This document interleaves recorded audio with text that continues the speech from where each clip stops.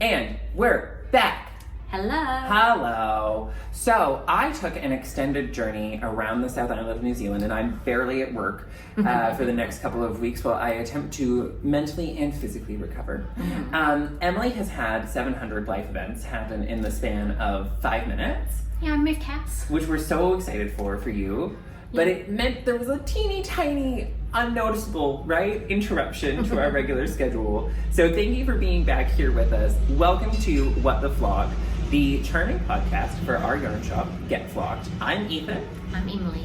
And we're here to talk to you about everything that's going on in our beautiful little yarn shop in the CBD of Christchurch, New Zealand, and also our current knitting projects, some upcoming stuff that we have coming out, and also a reminder that we are getting one of our final big spin cycle orders before the winter. So we've got lots to show you, lots to talk about, and we will be right back to go over all of it.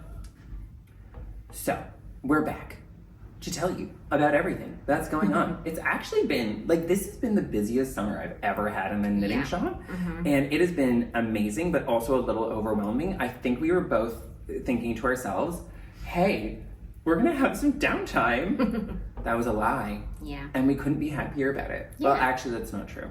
I could be happier about it, but that's just because it's harder to get Tom Ford perfume than you'd think. Anyway, right though? It's a difficulty. It's a tragedy that I deal with every day. Yeah. I only have one kind right now. Send help and Tom Ford perfume, specifically Rose Prick and Lost Cherry. Thank you, everyone. Rose Prick. Rose Prick and Lost Cherry. They're my two. I have the tobacco vanilla, and I'm just preparing myself to purchase the other ones. It'll be a good time. So, we are back to talk to you all about what we're working on, all about what's coming up here, and also to remind you, if you haven't already, please subscribe to us down below and click that little like button. And we do love hearing from you in the comments. We'd love to hear what you're working on. Also, hopefully, over the next little while, we're going to be expanding the podcast a little bit to include one community member as often as we can. We're going to try to have a rotating cast and bring some other people in so you're getting more perspectives on knitting than just what's going on with the two of us. Yeah. So, with all that said, hey, Emily, what you working on? Well, before I talk about that, oh, yes. I haven't shown people this. That's true. So this is my Bella Rose shawl by Amber O'Brien. It's all in what's called Ashley 4-ply in Sunflower. There we go. I think I used 3 or 4 balls. To be honest, I found a bunch when I was moving of bits, so I think I got myself a bit confused. So I need to weigh it to see how much I actually used. But yeah, it's got a lace edge that you work the first, and then there's an applied lace edge that you do at the end. Okay. And then there's an I-cord on one side. So it's kind of made this curly crescent shape. I'm not sure if it's supposed to be this curly or my I-cord is just a bit too tight. But it works out quite well to it looks hold it on. in place. Yeah. And it goes with heaps of my stuff. Yeah, and that color is good. It will go with this. Oh, will it ever? Oh my god. Yeah, it's the perfect. I mean, because we did pick the mohair to match this. Yes. And we did go a little, we've gone a little intense with those, which is not sad. Yeah. So this is the tessellated cardigan by Andrea Mowry. So I've already made the vest, and I was thinking about making the pullover, but then she brought out the cardigan pattern. Which is way more you. Perfect, yeah. So I am using some sneaky 4-ply that's about to be coming out soon. And we're so excited. Spin Cycle Big Sky. Yes, for and some reason in the I wool. can't remember the name every time. I'm here to help. And the Cessia Vivian mohair, which I think I called Sunflower as well. The yellow, I hope so, the yellow one, yeah. If not, it has an obnoxious color number. Yeah. Which we are really excited because we also have some new yarns coming, and it's hot. Yes. Coming in hot. Oh. So this is the rest of my skein. So it started out quite grey and yellow and a little bit blue, and then it's gonna go crazy. And then I have there's some hot pink in there and some teal and coral. So it's gonna be a fun, colourful. So this one is still tonal, but less tonal because of the mohair than your tessellated vest, which is quite tonal because you used an anemone from Fabiana May, and then you used a really pretty Jacaranda mohair. So it's kind of, and then in my other one, I matched my mohair to the main color, whereas this one it's kind of matching more to You got like a Spin fun cycle. double contrast. Yeah. It's awesome. Yeah. I think it's going to really show off the texture pattern that's in it. And I really love the shape of my Pressed Flowers cardigan, and this is a very similar shape, like drop shoulder. Yes. That drop shoulder V-neck seems to do really Yeah. well for you. So I'm excited. I think I'm going to get a lot of wear out of that and this. And the good thing, do you think, Mm-hmm. and this is not an attack, it's a genuine question, do you think you're going to be tired of mosaic knitting after this? No. Okay. I have discovered it's much easier if you just leave all the balls in your project bag rather than taking them out and trying to keep them tidy. Right. Just leave them in there, let them do whatever. By the time you get back around, you've untwisted it. Right. Sort out the corpses later, everyone. Yeah. That's what Emily's telling you. That's my advice. Just leave it in the bag. I had a very different discovery Mm-hmm. where mine is definitely take each ball out as you need it and then put it back when you're done with it. I almost cursed. I'm going to see if I can do an entire podcast without dropping an F-bomb. Oh, okay. It's not going to happen, but we can hope, right? Oh, ours are never going to be rated applicable for children. Not that they should be. Nothing I'm involved in should be rated as applicable for children. Oh God, that's never good. So I have this little beauty on the needles, which is a kind of confusing little bit of construction. So this is a 2x1 rib from a modified alternating cable cast on. And this is actually the front of a pullover.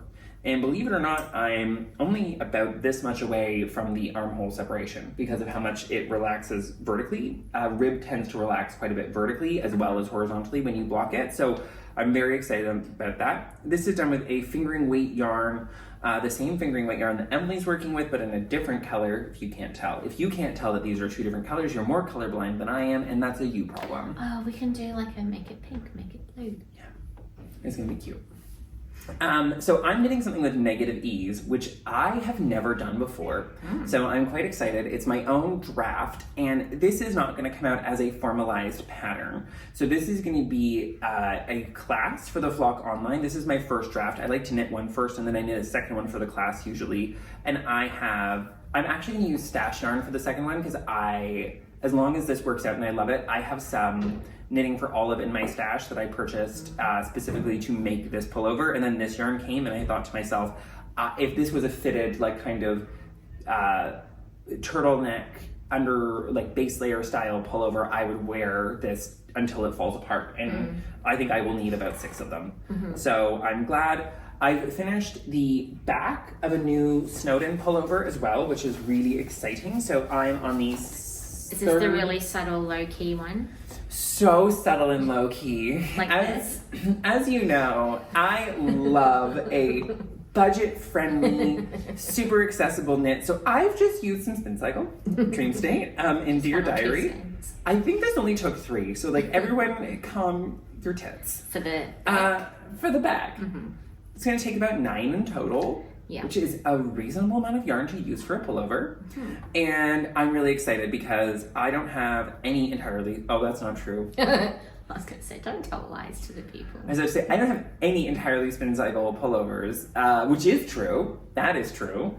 You have cardigans. I have one cardigan singular, because I gave away my other one to my good friend BB because it was just not the right the trying one situation for me.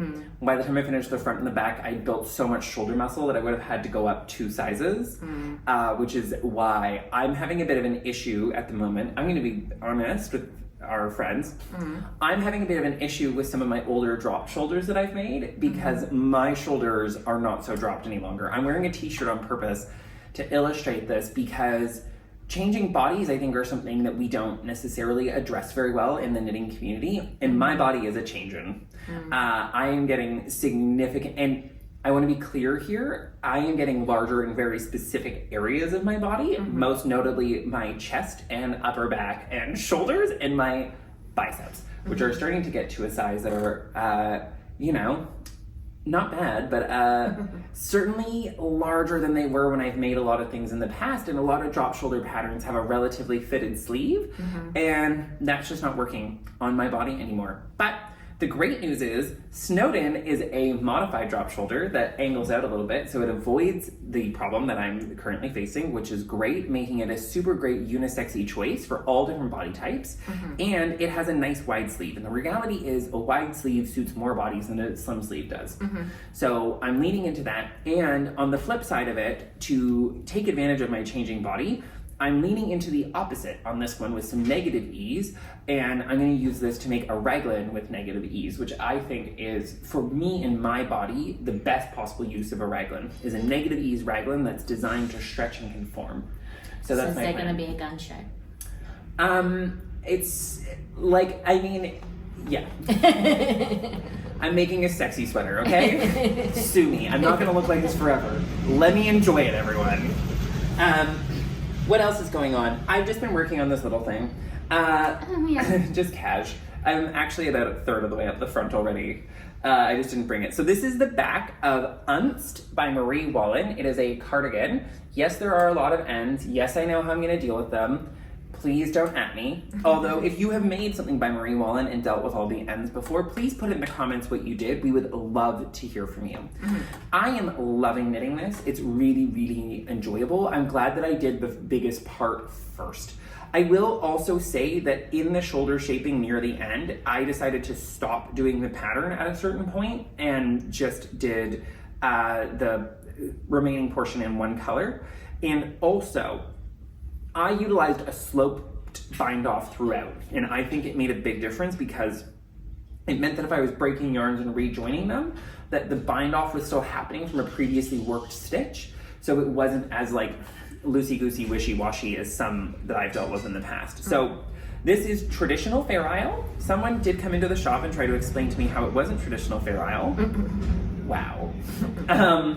Thank you so much. It looks quite different, like the Aspen looks quite different in this, where it's like it's quite a tight gauge, right? Yeah. It looks really smooth and like it is a dense gauge, and it's kind of like velvety. Yeah. Like when you run your hand over it. So this is on a 3.25 millimeter needle for a 28 stitch gauge. Normally 3.25 millimeters, you're probably going to get a 26 to 28 stitch gauge. Which is great for 4-ply, but usually with a woolen spun yarn like Aspen, we're knitting it looser so that its characteristic of being able to bloom and fill space is what we see. In this case, I went as tight basically as I could. And even people have commented several times that the ribbing is like unbelievably even and smooth and looks like it was made with lace weight, but that's just the benefit of using this small needle. I have made several modifications to the pattern. Most notably, I did not do the corrugated rib because I have larger glutes and thighs than is average for the person that this sweater was designed for in my proper size. I need something that actually stretches at the bottom, and corrugated rib doesn't do that, so I went with a one color rib. I also don't like knitting corrugated rib. And it's quite nice to have that break as well. Like, you've got a lot going on color-wise. It's quite nice to just have like a solid thing to go into. So chill. So you're using 4-ply. The chillest. 4-ply. So this is the Aspen 4-ply. I have used all of the colors but one. So in this, currently, there is 2 of the colors that we no longer have available for you, which I'm sorry, which are Willow and Cypress, but then also Marble, Agate, Carnelian, sorry, I renamed them. Marble, Agate, Carnelian, Emerald, Sapphire, Hickory, Citron, Cherry, Amethyst. I think that should be 11. That's 11. We did it. So I've used 11 of the colors. I love it. Yeah. The reason I'm struggling, by the way, everyone, to remember the color names is because what I did, which is what I would recommend, is on the labels, I've actually crossed out the old names and written what it is in the pattern, which is just a really good tip that I discovered this time around. Mostly because I did this while traveling the South Island. This was the travel project I took with me, which was an absolutely bonkers, insane idea. Yes. I can't wait to finish what I'm working on right now so that I can spin back around and get this guy done. Because I would like to have this done in time for the North Canterbury Fiber Fest, because this is what I intend to wear to it. Because I just wanted to wear a nice chill cardigan. Because I'm just going as a spectator. Yeah. So, yeah. That is actually all 3 of my current projects. And I do still have, obviously, the brioche top-down cardigan on the go, but I think I just need space and time to get back to it. And then I have a bunch of things to seam, but this guy has to take priority for the next little bit until the front and back and sleeves are finished. With this one, what I'm gonna do, by the way, everyone, is I'm going to knit and block the entire piece and seam it together, but I'm gonna cast on both sleeves provisionally. Because I'm making something with negative ease, I think that I'm going to need to extend the cuff or make it significantly shorter than I think, and I'm not sure what that's gonna be like. So a great tip is I intend to finish the cuffs of this pullover and the turtleneck, most likely, portion of this pullover in a 1x1 rib. I find that they stand up better and I like it more. So what I'm gonna be doing here is I'm gonna cast on provisionally roughly the circumference for this portion of my forearm. So that would be midway through the mandala tattoo that you can see. And what I'm gonna do is cast it on provisionally. Oh, that's chalk, not dry skin. I've come from the gym. I'm gonna cast it on provisionally and then do one purl row to set it up, and then work the 3x1 rib all the way up to the underarm shaping, and then shape the shoulder cap, obviously. And then after everything's blocked and seamed and finished, and I can see exactly how long I need it to be, I'm gonna come back with a 2.75 millimeter needle, pick up those stitches, I'm gonna knit the 1x1 rib downward, and then I'm gonna bind it off using a 1x1 sewn tubular bind off. And that's basically the play for this. So it's gonna be a lot of 2x1 rib until it's finished, but I'm actually really enjoying it. Now, last night at midnight, we had a fun and fascinating conversation about why I wouldn't have knit this top down. Now, there's a bunch of reasons. I think that this year of committing to knitting things only flat, personally, I have one piece of work knitting that I have to do in the next couple of weeks, a top secret test knit for a very good friend and a client who I'm tech editing for.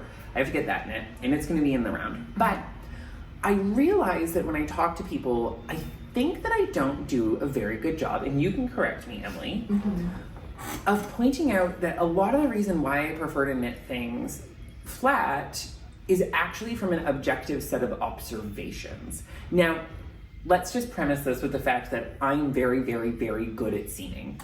And when you're very, very, very good at something, it usually makes it pretty enjoyable to do, right? And like faster. Yeah. And It's so not a big deal. I can seam a whole garment in less than 2 hours. It's a really quick process for me. And it's not intimidating. It's something I'm really comfortable with and I love doing. So first and foremost in this little chat that we're having, I just want to point out that seaming for me is a skill I've developed over time. And so for me, seaming something can often take less time than knitting it seamlessly.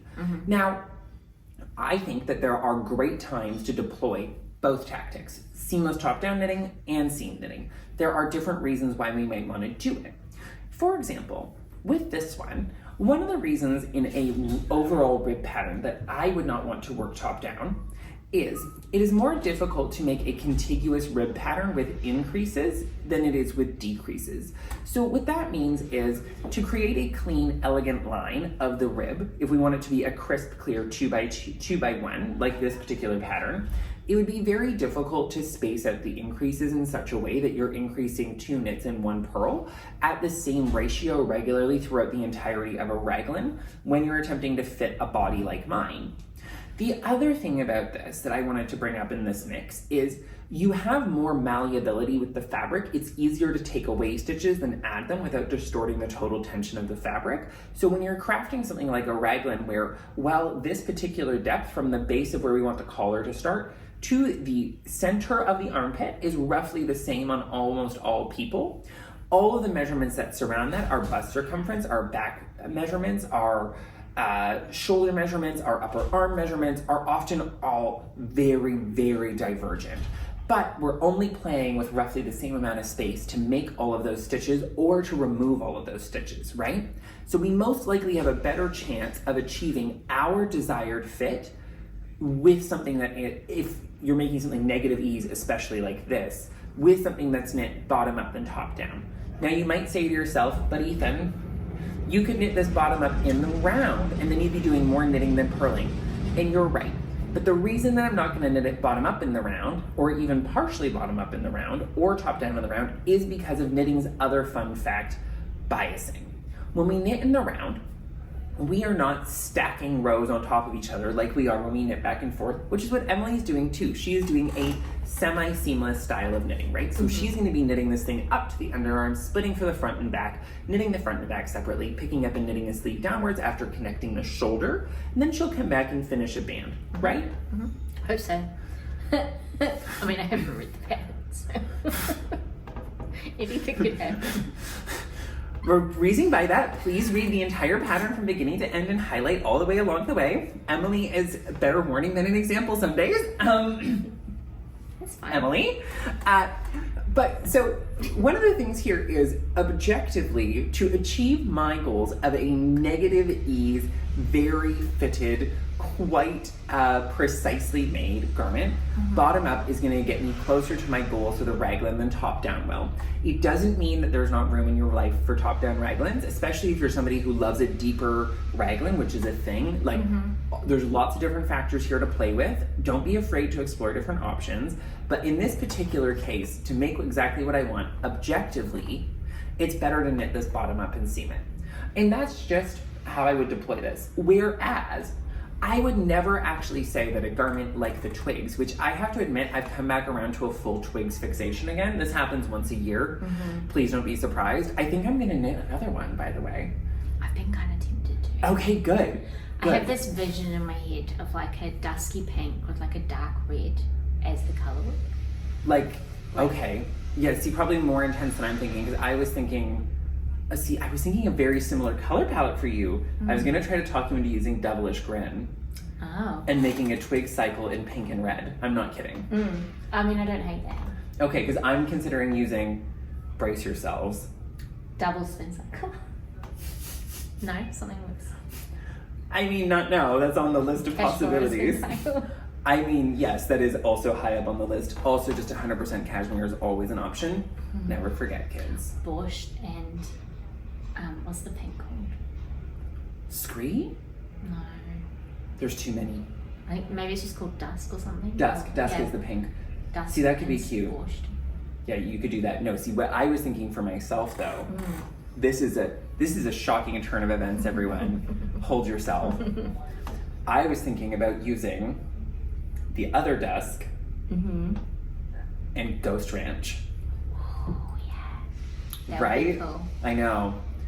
I don't know what's happening. Apparently I like color, Yeah. but still not orange, except for that orange Yeti ball, which I'm probably gonna buy. We'll see this year. And the like 3 other orange. Your other twigs is orange. Is it? It's mostly blue. Plus your MCO orange. False narratives.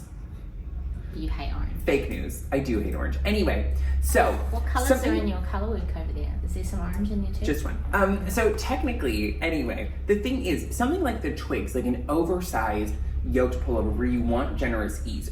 So in this category, patterns that I hate, ranunculus, love note, also fall into this. No, don't get me wrong. Love note and ranunculus, everyone's gonna keep making them no matter what I say, but I'm entitled to my opinion because my opinion is based in fact. And the fact of the matter is, they're not the best possible lace yoke patterns, and I know that. And I'm very, can I be smugger? Probably not, I'd die from it if I was. I will still always advocate for Adelaide. If you want a great oversized lace yoke pullover that fits beautifully, Adelaide is the way to go. Isabel Kramer killed it with that pattern. I really like the one I made too. The Lady Catkin. Yes. Yeah, I had a complete blank then. What it was. I will. It's okay. I cannot remember her design Fox and name. Folk. The other day, just as a side note, everyone. The other day, I was like on the internet looking at knitwear designs, and I saw this thing, and I was like, "Oh my god, Emily would absolutely love this." And then I'm scrolling through this woman's patterns, and there was the Lady Catkin, and I was like, "Oh, I mean, I got it right. Yeah. Like, I found the right designer for once." I feel like I deserve points for like finding something that you actually liked. Anyway, so all of that is happening. I will have some new designs coming out. I will have some testing stuff coming out, hopefully in the next 2 weeks as my life and Emily's life start to co-regulate back to normal. If things seem a little wild, it's because both of us have had a little bit of a wild time, but we're getting it sorted. Remember, now is the time to start planning your winter wardrobe. So we're gonna be doing definitely a big push on some great knits that you're gonna wanna wear to knitting events this year, out to cute parties, possibly starting to talk about whether or not we have a Methodiki sweater party here. Yeah, that could be fun. Yeah, so also, Oh, there's like patterns with like stars and stuff. I know, Oh. yeah. It's okay, because I also have a cardigan design that's going to be coming called Borealis. Nice. Yeah. So, And we have Knit Fast Dye Warm coming up. and we have Knit Fast Dye Warm, which means I need to write more patterns. I was gonna say, do you know what you're making for that? Do you have a plan? Honestly, I'm so tempted to knit my own pattern, which I think is kind of the point. But at the same time, I'm very tempted to treat myself to a Nora Gone pattern, I mean, yeah. to Deliciosa in Emerald. Which one? The one that looks like giant monstera leaves and cables. Yeah. I will be very clear, I'm very gun shy at the moment about drop shoulders until my body kind of settles into a more fixed state. So set-in sleeves are going great on me at the moment. Raglans are fine. But I'm a little nervous about that. Or I But we'll guess the see. drop shoulders just have to be oversized, right? Yes, quite oversized. It turns out that my torso is a tiny boy and my shoulders are a big boy. And they don't agree on what size the total body is. The total body size average is not working out at the moment. Yeah. But yes, so I'm either going to do that or I might just knit myself another Snowden because it's an excuse to have another Snowden pullover and I am fully obsessed with my own design, which I think is a good thing. Yeah. Like, I think it's really healthy to I mean, if be you your hated it biggest fan. and then you're trying to convince other people to make it, that's Honestly, not great. I love my Snowden pullover Yeah. so much. I want to make it in a bunch of different yarns and play around and see what that looks like. I also will admit I have suddenly access to a bunch of my stash yarn because my mom brought me a bunch of my yarn, and so that's actually quite exciting and inspirational to kind of dig in and play with that. I have been considering designing a jumper in Plump by yeah. So I've been considering designing a jumper for this as well in Plump and Quarry by Brooklyn Tweed because I have a poop ton of Quarry actually. And I might have slipped and ordered myself 10 skeins of Afternoon Delight on Plump. Whoopsie doodles.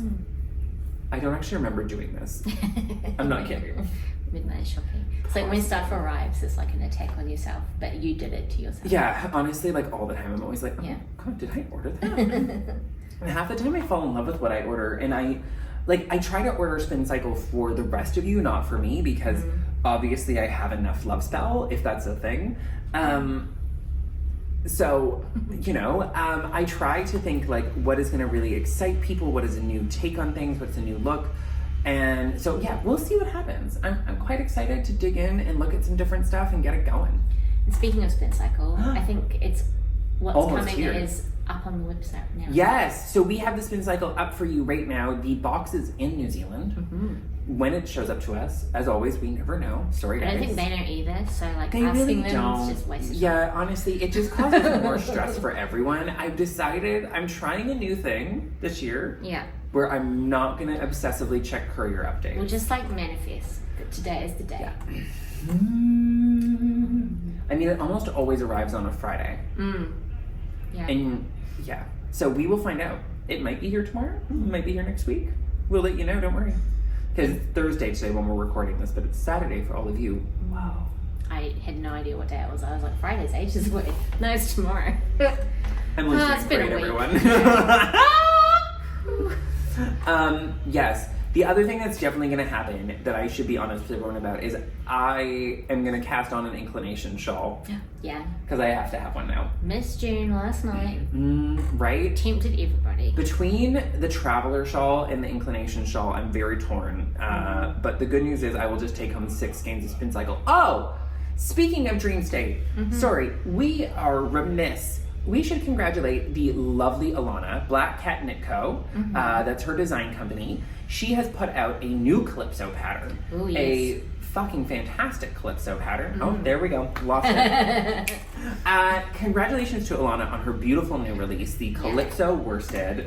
We were lucky to see a couple of them in testing stage, and they're they so are gorgeous. good. If you need help picking out your dream state for that, please let us know. I have so many opinions, and I think it would be flawless with Aspen. I am going to make the original one for Knit Fast Dye Warm. Oh. So, because I like the lighter weight. So do you think we should possibly make the Calypso the official Knit Fast Dye Warm Knit in the Round, either version? Yeah. You can do anything knit in the round as one of the options, but I think that it would be fun to support a fellow Kiwi designer and yarn shop owner who we really love.